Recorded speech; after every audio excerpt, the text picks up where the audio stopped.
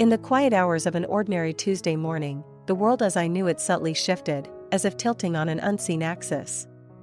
The sun, in its early glory, had barely managed to brush the dew off the grass, casting a soft, golden light that made the ordinary seem momentarily extraordinary. It was against this backdrop of a new day dawning that an unassuming envelope slipped through the mail slot of my door, landing with a whisper on the tile floor of the foyer. At first glance, it seemed like nothing more than a relic of a bygone era, the kind of envelope one might mistakenly overlook amid a pile of bills and circulars, plain, unadorned, save for my name, Elaine, etched in a handwriting so painfully familiar that it momentarily stole my breath. It was Charles's handwriting, my late husband's, whose presence in our home lingered like a silent whisper in the corners of each room. The days following Charles's funeral had merged into a blur of condolences and empty cups of tea, marked distinctly by the conspicuous absence of our sons, Ethan and Oliver. Their refusal to attend their father's final farewell had planted a seed of confusion and sorrow deep within me, a sorrow compounded by the silent questions that hung in the air, unanswered. Charles had been a stern man, of few words but fair actions, and his sudden passing had peeled back the layers of our family, revealing a rift I hadn't known was so profound. I hesitated before picking up the envelope, as if the act of touching it might somehow bridge the gap between the past and the present. Elaine, the handwriting beckoned, a call from beyond that I couldn't ignore. Clutching it, I retreated to the sanctuary of our study, a room still echoing with Charles's presence, where the scent of his aftershave lingered faintly among the books and papers. The letter inside was brief, its words heavy with a significance that seemed to weigh my hands down as I read. My dearest Elaine, if you are reading this, it means I am no longer here to keep the secret that I've guarded for so long. It is imperative that you discover the truth on your own, without our sons finding out. Go to 42, Pemberton Lane, to the old bookshop that harbors so many of our cherished memories. Seek out the copy of Great Expectations with the Golden Spine. Inside, you will find a key. Use it to unlock the safe hidden behind the shelf. There, the truth awaits you. Forgive me for the secrets I've kept. With love always, Charles. Frozen, I reread the letter, each word etching itself into my memory. The reality of my situation, widowed, estranged from my sons, clutching a letter from beyond the grave, felt like a narrative disconnected from my own. Yet, there it was, tangible in its urgency, its mystery. Why now, Charles? What truth? I murmured to the empty room, half expecting an answer from the shadows. With a resolve fortified by necessity and a heart heavy with trepidation, I knew what my next steps must be. Yet, as I prepared to delve into the mystery Charles had left behind, a part of me remained anchored in the past, in the memories of whispered conversations and laughter that once filled our home. Mom, are you okay? Ethan's voice, unexpected and concerned, broke through my reverie as he entered the room. His appearance, so like his father's, momentarily took me aback. Yes, I just found something from your dad, I replied, hastily folding the letter and tucking it away from view. The weight of the secret I was about to uncover pressed down on me, a silent promise to the man I had loved and the family we had built. What did Dad say? Ethan asked, stepping closer, a frown creasing his brow. It's something I need to figure out on my own, I said, mustering a smile that felt as fragile as glass. But I promise, once I know more, you and Oliver will be the first to hear. Ethan nodded, though his eyes clouded with unanswered questions. Okay, Mom. Just make sure you take care of yourself, all right? As he left, I was struck by the enormity of the task ahead. Charles's last request was not just a journey to uncover a hidden truth, but a path that might lead to healing the rifts within our family. With the letter as my guide, I stepped into the light of the day, determined to face whatever lay ahead, for the sake of our past and the hope of a future reunited. The journey to 42, Pemberton Lane, was a journey back in time. As the modern storefronts gave way to cobblestone streets and the quaint facades of yesteryear, I felt the weight of the present slowly lift, replaced by the anticipatory tingle of stepping into a past preserved in amber. The old bookshop, nestled between a forgotten haberdashery and a tea shop that seemed to whisper tales of a bygone era, stood as a defiant testament to the enduring power of stories. Its windows, framed by peeling paint, offered a glimpse into a world untarnished by the digital age, where each book was a doorway to another life, another time. Pushing open the door, the familiar chime of the bell greeted me like an old friend. The scent of aged paper and worn leather enveloped me, a comforting embrace that eased the knot of apprehension in my stomach. The interior was a labyrinth of towering shelves, each groaning under the weight of countless stories. Sunlight filtered through the dusty air, casting a soft, ethereal glow that seemed to dance across the spines of the books. "I haven't seen you around here in a while, Elaine," came a voice, warm and tinged with a note of surprise. I turned to find Mr. Penrose, the proprietor, emerging from the shadows of the back room. His hair, once peppered with black, now leaned more towards salt, yet his eyes still sparkled with the same keen intelligence and gentle humor. "It's been too long, Mr. Penrose," I replied, my voice a blend of nostalgia and sadness. "Charles, he left me something to find here." "Ah, Charles," he sighed, his expression softening. "A man of great taste and profound secrets, it seems. How can I assist you in this quest of yours?" I recounted the instructions from Charles's letter, watching as Mr. Penrose's brows arched in intrigue. "A copy of Great Expectations with a Golden Spine, you say? That's quite specific. Follow me, let's see if we can uncover this mystery together." We navigated the maze of shelves, each turn revealing new wonders and forgotten tales. The bookshop felt alive, a silent guardian of the past, its heartbeat the soft rustle of pages turning in the hands of unseen readers. "Here we are," Mr. Penrose announced, stopping before a section bathed in the golden light of the afternoon sun. "Dickens, a master of human nature and unexpected fortunes. It seems fitting, doesn't it?" My fingers trembled as they traced the bindings, the titles blurring before my eyes until they caught on the glint of gold. Great Expectations, its spine shimmering like a beacon. Pulling it from the shelf, a small, ornate key fell into my hand, its cool metal a stark contrast to the warmth of the leather. "Ah, so the legend is true," Mr. Penrose murmured, peering over my shoulder. "Charles always was a man of depth and layers. What do you suppose this key unlocks?" "A safe, hidden behind this very shelf," I whispered, feeling as though the room had hushed to listen. He said the truth awaits me there. Together, we shifted the shelf, revealing a small, inconspicuous safe nestled in the wall. My heart raced as I inserted the key, the click of the lock echoing like a gunshot in the silence. The door swung open, revealing not riches or scandal, but stacks of papers, photographs, and letters in a hand not my husband's. "Good heavens," Mr. Penrose exclaimed, his voice a mix of astonishment and respect. "What have you found, Elaine?" "Answers," I said, my voice barely above a whisper. "Answers and more questions." We spent the next hour sifting through the documents, each piece of the puzzle revealing a story so unexpected, so profound, that it seemed to rewrite the history of my family. Charles had kept a secret, yes, but one born of love and loss, of decisions made in the shadows of tragedy. "Charles did this for us," I mused aloud, the realization dawning like the first light of dawn. "He wanted to protect us, to spare us the pain of the truth. Sometimes the hardest secrets to keep are the ones we hold out of love," Mr. Penrose said, his voice soft. "What will you do now, Elaine?" "I need to bring my sons home," I declared, a newfound determination stealing my resolve. "They deserve to know the truth, no matter how painful it may be. It's time to heal the rifts that have kept us apart."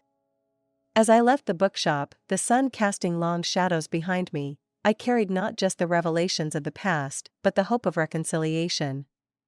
The journey ahead would be fraught with challenges, but armed with the truth, I was ready to face them, to rebuild the bridges that secrets had eroded. The time capsule bookshop had offered me more than just a key, it had offered me a path back to my family. The revelation of the hidden safe behind the bookshelf in the old bookshop marked the beginning of a journey I never anticipated. With the ornate key in hand, a symbol of a truth long concealed, I felt as though I was about to lift the veil on a part of Charles's life, and by extension, our family's life, that had remained shrouded in mystery. The air in the bookshop seemed to thicken with anticipation, as if the very walls were holding their breath. As the safe door creaked open, I half expected to find something sinister lurking within its metal confines. Instead, I was met with an array of documents, photographs, and letters, each piece a thread in the intricate tapestry of our family's hidden narrative. "Look at this," I murmured, my voice a mixture of awe and disbelief as I carefully extracted a photograph. It depicted Charles, much younger, but unmistakably him, cradling 2 infants in his arms. Beside him stood a woman and a man, their smiles wide and genuine, but their faces were unfamiliar. Mr. Penrose, who had insisted on staying by my side, leaned in closer. "That's Thomas and Sarah," he said, his voice laced with a hint of sadness. "Charles's brother and his wife. Lovely people, they were." I turned to him, questions swirling in my mind. "You knew?" He nodded, his expression somber. "I did. Charles confided in me, years ago. Thomas and Sarah's death was a tragedy that hit him hard. He took in their boys, your boys, as his own. He wanted to protect them, to give them a life free of the shadow of that loss." I sifted through more documents, finding birth certificates that confirmed Mr. Penrose's words. Ethan and Oliver's names were there, but paired with a surname I had never known to be theirs. A letter, written in Charles's steady hand, lay beneath the certificates, its contents a confession and a plea. "My dearest Elaine," it began, "if you are reading this, then the time has come for the truth to surface. I have loved Ethan and Oliver as my own from the moment they came into our lives, a love no different than if they were of our blood. But the truth of their parentage is not mine to conceal, nor is it a burden they should carry without understanding. I have made many decisions in my life, but keeping this from you, from them, is the one I regret most deeply. Please forgive me. And please, help them understand." The weight of his words settled heavily upon me, a mix of sorrow for the secret he carried and a burgeoning resolve to honor his last wish. "Charles was always more concerned with protecting others than himself," Mr. Penrose said softly, breaking the silence. "He bore this secret to keep the peace, to keep you all together." I looked up from the letter, my resolve hardening. "And now it's my turn to keep us together, to bridge the gap this secret has created." Mr. Penrose placed a comforting hand on my shoulder. "It won't be easy, Elaine. But if there's one thing I know about you and Charles, it's that your love, your family's love, is stronger than any secret, any truth."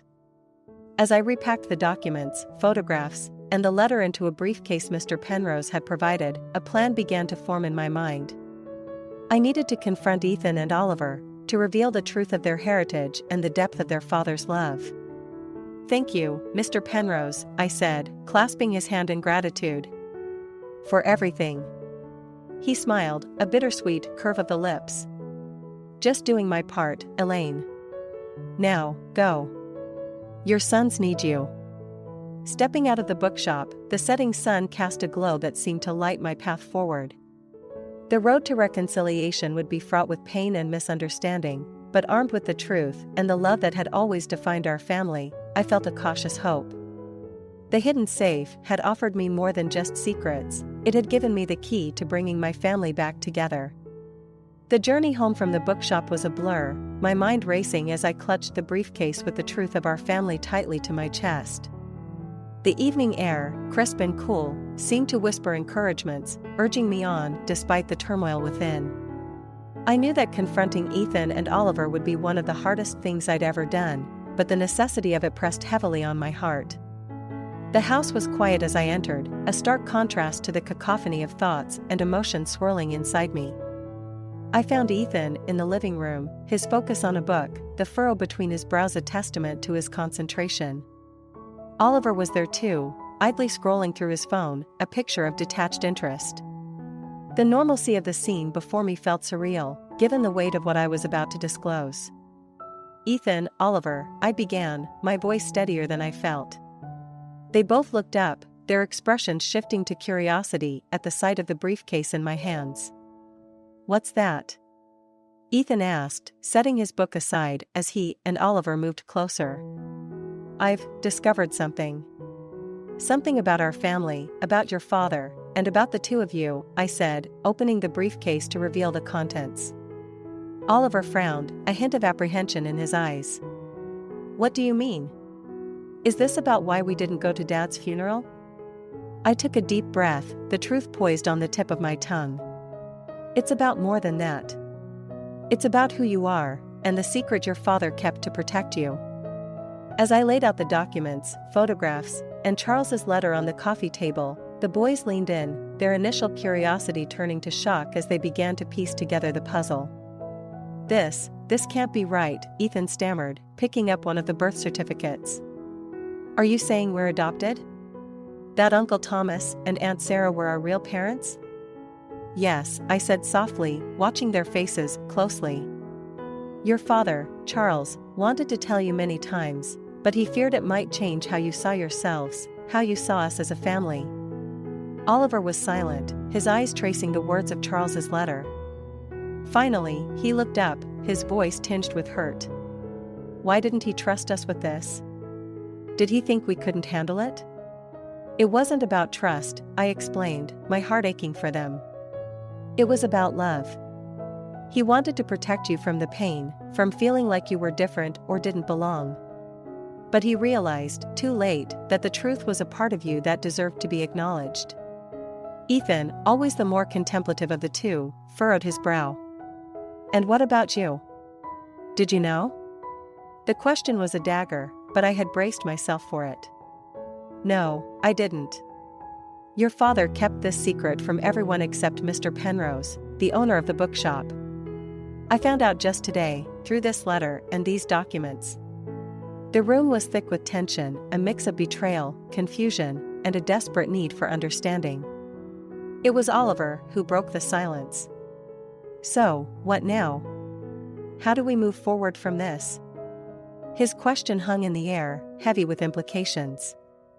I reached across the table, taking their hands in mine. We move forward as we always have, as a family. This truth changes nothing about how much we love you, how much your father loved you. It's a part of your story, but it doesn't define you. We face it together, learn from it, and let it make us stronger. The conversation stretched late into the night, a cathartic unraveling of years of hidden truths and unspoken fears. There were tears, moments of anger, and ultimately, a cautious step towards healing. Ethan and Oliver, with their newfound knowledge, were at the precipice of redefining their identities, but they were not alone. We were together, a family united not by blood, but by an unbreakable bond of love and understanding. As I watched them, deep in discussion and slowly coming to terms with their past, I realized that this moment, painful as it was, marked the beginning of a new chapter for us all. The truth, once unraveled, laid bare the strength of our family, a strength that would guide us through the uncertainties ahead. The morning after the revelation felt like waking up in a different world. The sun streamed through the windows, casting a warm glow over the breakfast table where Ethan, Oliver, and I sat in a contemplative silence, each lost in thought over the previous night's discussions. The air was thick with unspoken thoughts, the kind that linger after a storm, hinting at both destruction and the promise of renewal. I broke the silence, determined to steer us towards the latter. I've been thinking, I began, my voice steady, about what Charles would have wanted for us, for our family. Ethan looked up, his eyes searching mine. And what do you think that is? He would have wanted us to come together, stronger and more united than ever, I said, feeling the weight of my words. He made a mistake in keeping this from us, but in his heart, he was trying to protect us. Now, we need to honor his memory by facing the future as a family, one that understands and forgives. Oliver nodded, a determined look replacing the confusion from the night before. I agree. Dad, he did what he thought was best. But now it's on us to decide how we move forward. The conversation that followed was a balm to the wounds opened the night before. We spoke of practical matters, like reaching out to Mr. Penrose to learn more about our biological parents, and of emotional ones, like how we could rebuild the trust that had been shaken. It was a dialogue marked by vulnerability and strength, a testament to the resilience of our bond. "I want to understand everything," Ethan said, his voice firm. "I want to know about Uncle Thomas and Aunt Sarah, about their lives. I think it's important for us to embrace all parts of our story." "I do too," Oliver chimed in, his usual reserve giving way to a rare openness. "But I also want us to remember that we're still the same family. This doesn't change how we feel about each other, or about Dad."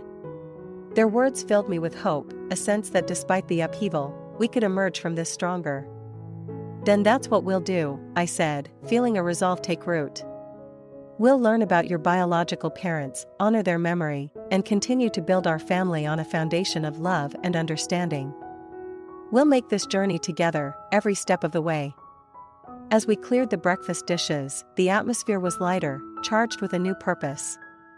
It was as if acknowledging the full breadth of our story had lifted a weight, allowing us to look towards the future with hope rather than apprehension. Later, as I watched Ethan and Oliver head out, presumably to the bookshop to meet Mr. Penrose, I couldn't help but feel a surge of pride. They were approaching this with courage and an openness that many would struggle to muster. It was a testament to their character, and to the strength of our family. Sitting back with a cup of tea, I reflected on the path ahead. It would be fraught with challenges, of that I was certain. But in facing the truth together, we had found a new strength, a resolve to navigate the complexities of our story with grace and love. The journey of understanding and reconciliation was just beginning, but I felt ready for it, bolstered by the unbreakable bond that tied us together. This chapter in our lives, marked by revelations and resolutions, was a pivotal one. Yet, it was clear that it was not just an ending, but a beginning, a promise of new understanding, new growth, and a deeper appreciation for the ties that bind us, seen and unseen.